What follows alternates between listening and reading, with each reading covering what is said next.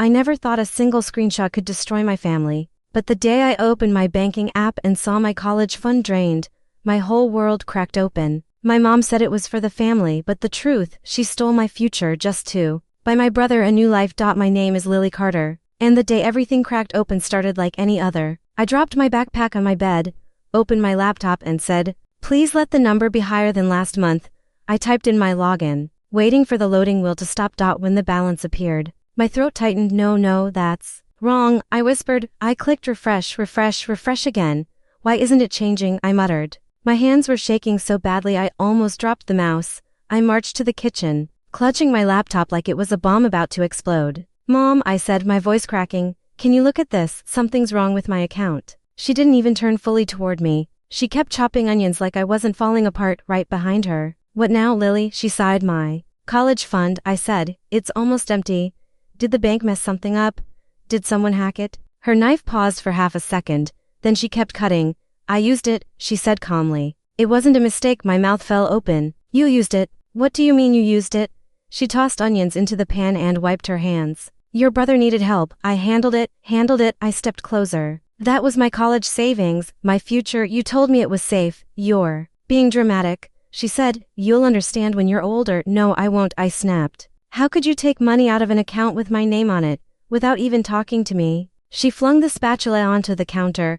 "Don't start with me, Lily. Your brother was in trouble. Real trouble. Family comes first." "I'm family," I said, louder than I meant to. "Why doesn't my future matter?" She rolled her eyes. "You're 17. You have time. Ethan needed it now." I felt something sharp twist in my chest. "You always say that Ethan needs this, Ethan needs that. What about what I need?" She pointed at me like I was an unruly child. "Stop acting like a spoiled brat. You've had it easy your whole life. I do everything for you kids." I laughed, one ugly, broken sound. "Everything? You stole my college fund. How is that doing everything?" She spun around.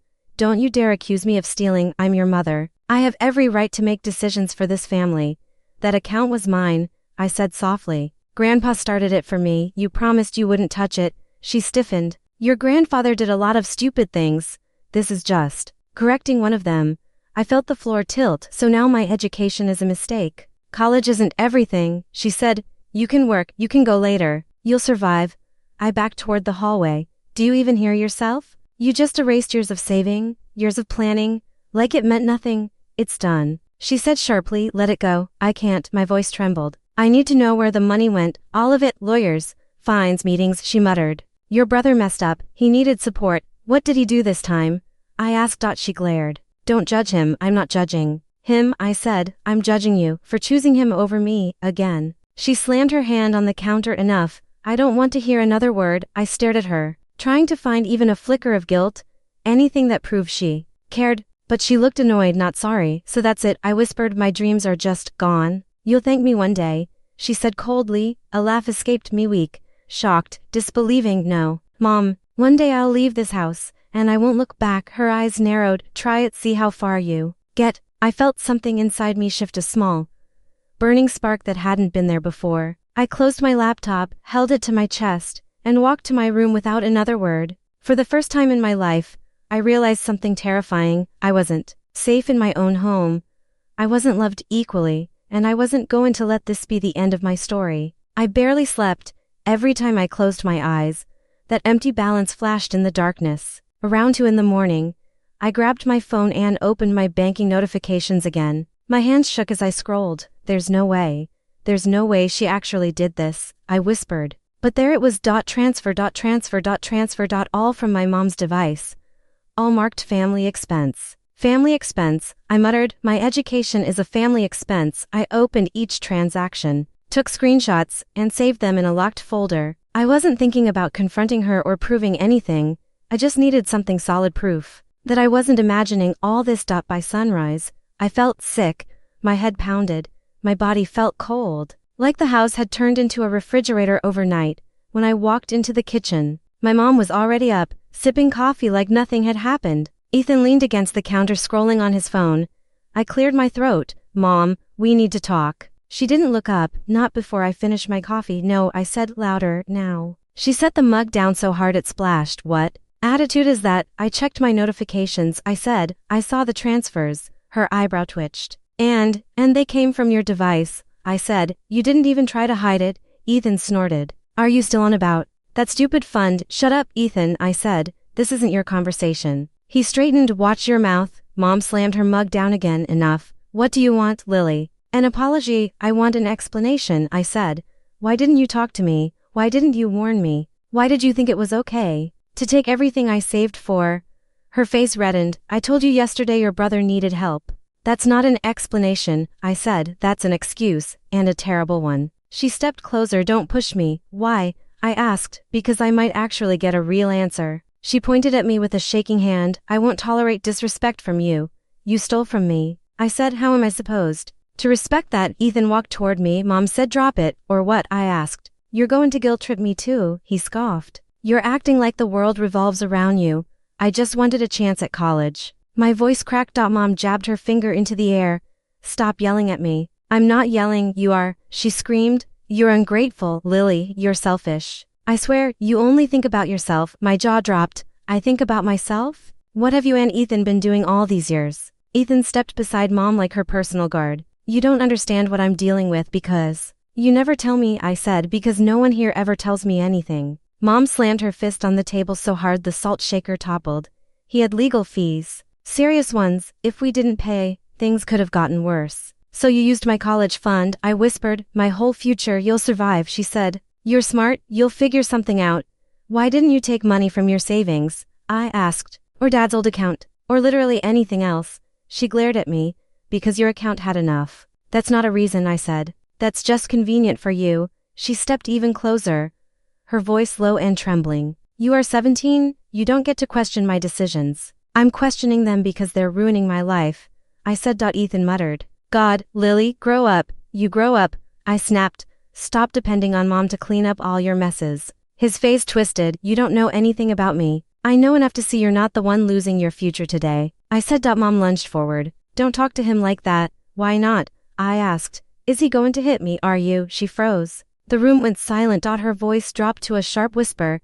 Get out of my kitchen. No, I said. Not until you admit what you did was wrong. She barked out a laugh. Wrong. I saved this family. You destroyed me, I said. Ethan rolled his eyes. You're being dramatic. I turned to him. If someone wiped out your entire savings, what would you do? That's different. He said. No. It's not. My throat tightened. It's exactly the same. Mom grabbed her mug again. Her hands shaking. This conversation is over. It's not, I said, because I'm not letting you pretend it didn't happen. She stared at me like I had turned into a stranger. I don't have time for this. I'm not going to be quiet anymore. I whispered. Not this time. For the first time. I saw something flicker in her eyes. Fear, guilt, or maybe just annoyance, but it didn't matter. Because in that moment, something inside me hardened. I wasn't done fighting. I spent the whole morning pacing my room, replaying every word from last night, every shout, every accusation, every time my mom chose Ethan over me. She didn't just take the money, I whispered. She took everything I believed about. US. My phone buzzed. It was Aunt Caroline. I hesitated, then answered. Hi. Her voice softened. Honey, you sound awful. What happened? I swallowed hard. Can you talk for a minute? I have time, she said. Tell me. The moment I heard her gentle tone, the dam broke. My mom emptied my college fund, all of it. She didn't tell me. She didn't even feel bad. She said Ethan needed it for legal stuff. She acted like I was being dramatic for caring. Caroline didn't interrupt, didn't rush. Just breathed with me while I cried. When I finally stopped, she said quietly, do you have proof? I have screenshots, I said. Every transaction, every label, everything she did. Send them. She said. I want to see. My hand still shook as I forwarded everything to her. A minute later, she called back. Lily, this isn't just unfair. This is illegal. I leaned against my dresser. She'll never admit that. She doesn't have to, Caroline replied. You have evidence, and that account is in your name. I closed my eyes. Why does this feel like betrayal? She's the one who stole from me. But I feel guilty even talking about it. Her voice hardened.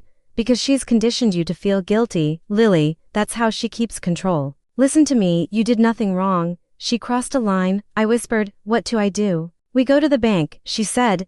Then we talk to someone who understands the law. My stomach twisted. Mom will lose it if she finds out. She already lost it on you, Caroline said. Let me help you. Something inside me shifted a small Shaky bit of courage, okay. At the bank, the advisor, Mr. Brooks, listened while I explained everything. He looked directly at me as he said, the account was solely under your name. No one else had legal permission to withdraw funds. These transfers qualify as unauthorized withdrawals. I stared at him, so she committed fraud, yes. He said, I'm sorry, but this is financial fraud. I exhaled slowly, my entire world tilted. She told me I'd thank her one day. Caroline squeezed my hand. You don't have to thank someone who steals from you. We left with paperwork and a list of steps to follow. It felt surreal holding documents with words like violation, unauthorized activity, and legal recovery printed on them. I whispered. She's going to freak out. She made her choice. Caroline said, now you make yours. I didn't even make it to my room before Mom stormed into the hallway. What did you do? She screamed. I froze. I went to the bank. You're trying to ruin this family, she shouted. You're turning strangers against me. I told them the truth, I said, that's all. Ethan stepped behind her, crossing his arms like he was my judge and jury. Wow, Lily. Really? You just love playing the victim. I felt a spark of anger. Victim? I saved that money for years. I worked for it. And Mom wiped it out in one night. Mom jabbed a finger inches from my face. I did what I had to do. No, I said. You did what was easiest for you. Not what was right. Ethan stepped closer. If Mom gets in trouble, it's your fault. My fault, I asked. She took money that wasn't hers. She did it for me, he yelled. That's the problem, I said. Everything is for you. Everything is about you, and I'm done pretending that's okay. Mom's eyes burned with rage. I gave you everything. You gave me nothing I didn't have to earn, I said. Not love, not trust, not support, nothing. Her mouth opened, ready to spit fire, but I didn't let her. I'm not your doormat anymore, I said quietly. I'm not going to just take it. Ethan muttered, you're ruining my life. I'm saving mine, I replied. Mom screamed. Something incoherent, but I didn't stay to hear the rest. I walked to my room, shut the door, and locked it. My hands shook as I grabbed a duffel bag and threw clothes inside. This time, the tears didn't feel weak. They felt like release. Caroline waited outside in her car when I climbed in. She touched my shoulder. Are you okay? No, I said, wiping my cheeks. But I'm finally doing what's right for me. We drove away, and I watched my house shrink in the rearview mirror. As the lights blurred through my tears, I felt something I hadn't felt in years: freedom, and fear, and strength. All tangled together. But for once, they were mine. I didn't plan to check on them, but news has a way of finding you in small towns. One afternoon, Caroline walked into my room holding her phone. She said, you might want to hear this. I hesitated. Is it about Mom? It's about both of them, she said gently. The bank flagged everything. They're questioning her. My stomach twisted. She actually got reported. Caroline nodded. It's protocol. They saw the withdrawals and noticed they weren't authorized. They're taking it seriously. I sank onto the edge of the bed. She's going to blame me. She already blames you, Caroline said. That's not new, I whispered. I never wanted this. You didn't cause this, she said softly. Her choices did. A few days later, Ethan's name popped up on local gossip pages. My phone buzzed nonstop. I finally answered a call from Jenna, my friend from school. She said, Lily, oh my God. Have you seen the news? No, I said. What happened? Now, your brother got hit with extra charges, she said.